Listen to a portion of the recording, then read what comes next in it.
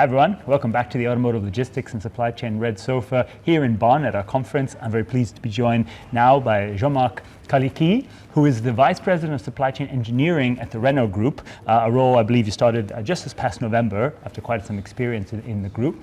And one of the things we're talking about here today, Jean-Marc, is really the shift in the complexity of the supply chain into an ecosystem. No longer just a linear path, much more connected. What does that mean when you're engineering the shape of your network with your partners and your suppliers? So to build an efficient ecosystem, you need to do two things. One, internally, and the second one, externally. The first one, internally, you need to break the silo. Logistic costs have grown up a lot since 2 years, and then we need to explain why, and also explain where we be going back to some more acceptable costs. So that's the first thing internally. Externally, we need to build partnership because we cannot do it alone. Then we need to build partnership with three types of players. The first one are the tier one, the people making our parts. We need to do what we call influence zone with them. We need to localize them very close to our manufacturing plants so that we can reduce the logistic cost, the resilient cost, the CO2, and the stock, of course. At the same time, with this tier one, we need to go deeper in their supply chain to understand more the tier N issues that we can face. So that's the first partnership.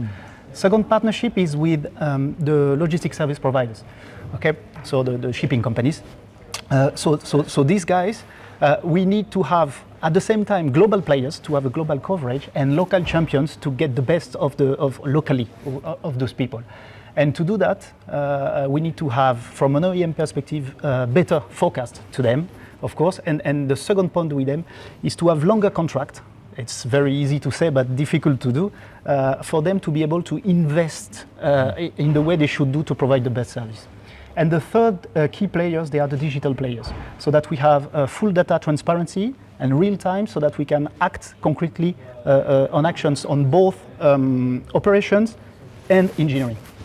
So the players are changing and the way we interact with them are changing. Now, Renault over the last 5 years has been on a digitalisation journey. And we've actually been covering that together with your colleagues and some predecessors as well, in terms of the system transformation, building data layers, going through data analytics, and even some AI. What's the next step now? You have a digital control tower that we proudly share. What's some of the next steps? Yeah, okay. So it's a good question, because digitalization, as you say, it's a very long journey.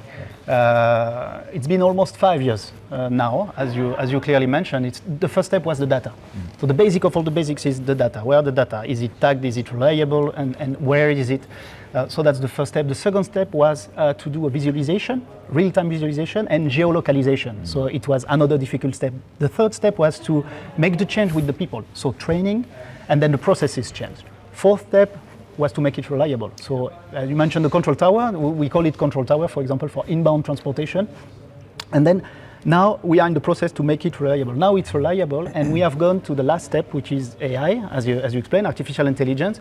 Now we are in the predictive analytics. And the next step that we are implementing now, we are teaching a machine to start doing the automatic decisions. So this is the next step. And the other next step is a more global one. All these control towers, we have inbound, outbound, SNOP, business continuity plan control towers. We need to link them together to be a real end-to-end supply chain.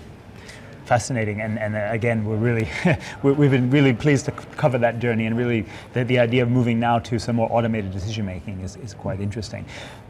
Now, one of the big changes since the last time we had Renault Group here at this conference is that there's a Chief Supply Chain Officer now. Denis Levaux was appointed. He's the CEO of Dacia, as well as sitting on the board. Your boss, I believe, directly. Yes. Tell us a little bit about what this means in the shape of your organization and for the influence and voice of supply chain. Yeah, so we see it as a promotion, okay? Because supply chain is now at board level.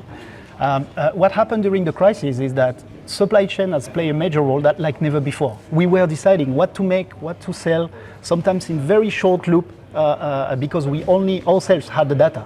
So now we have created some kind of credibility, and we are the referee that speaks with data. The supply chain is a referee that speaks with data now. And the concretization of that is that being at the board level, because you cannot be judge and party at the same time, so you cannot be within the manufacturing or within the sales, so that you are end-to-end functioning. I mean, this is something we've been wanting to see for a long time, and many companies. Same here. Yeah. so that's a really exciting development, and look forward to the next steps with that.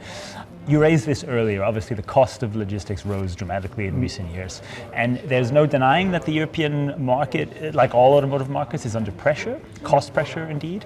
But we want to maintain a resilience that we've also gained in the supply chain. So how do you see now balancing the need to bring these costs in line as well as maintaining resiliency in the supply chain? Yeah, it's another good one, because we need to bring the cost down. But we have spent 3 years fighting like hell for capacity. Yeah. We cannot go back in the situation we were before. We have built the resilience and we must keep it. So we must go to cost reduction. We have ways, like I explained, with the partnerships, with longer term contract, but it will not be at the expense of the resilience of the supply chain. To be two separated matters. It will always be a trade-off, and we don't want to jeopardize the resilience we have created just within brackets to make cost reduction. Yeah. And finally, our last question here. We talked about how you don't want to lose that resiliency. What's the top priority for you now looking ahead to keep and grow that resiliency? So basically the priority is not doing it alone. Right. This is only one priority, is this one. So we need to build partnership, tier one, LSPs, and also digital players. Internally, we need to break the silo. We need to be transparent and go 100% digital with AI. It's a good menu, right? Yeah, absolutely. Absolutely. Well, Jean-Marc is here talking on stage with us about seeing the big picture, about that visibility, and indeed building that resilience. So we'll have more highlights to come from that session on our website here on LinkedIn. Thanks so much, Jean-Marc, for being with us. Thank you, Christophe.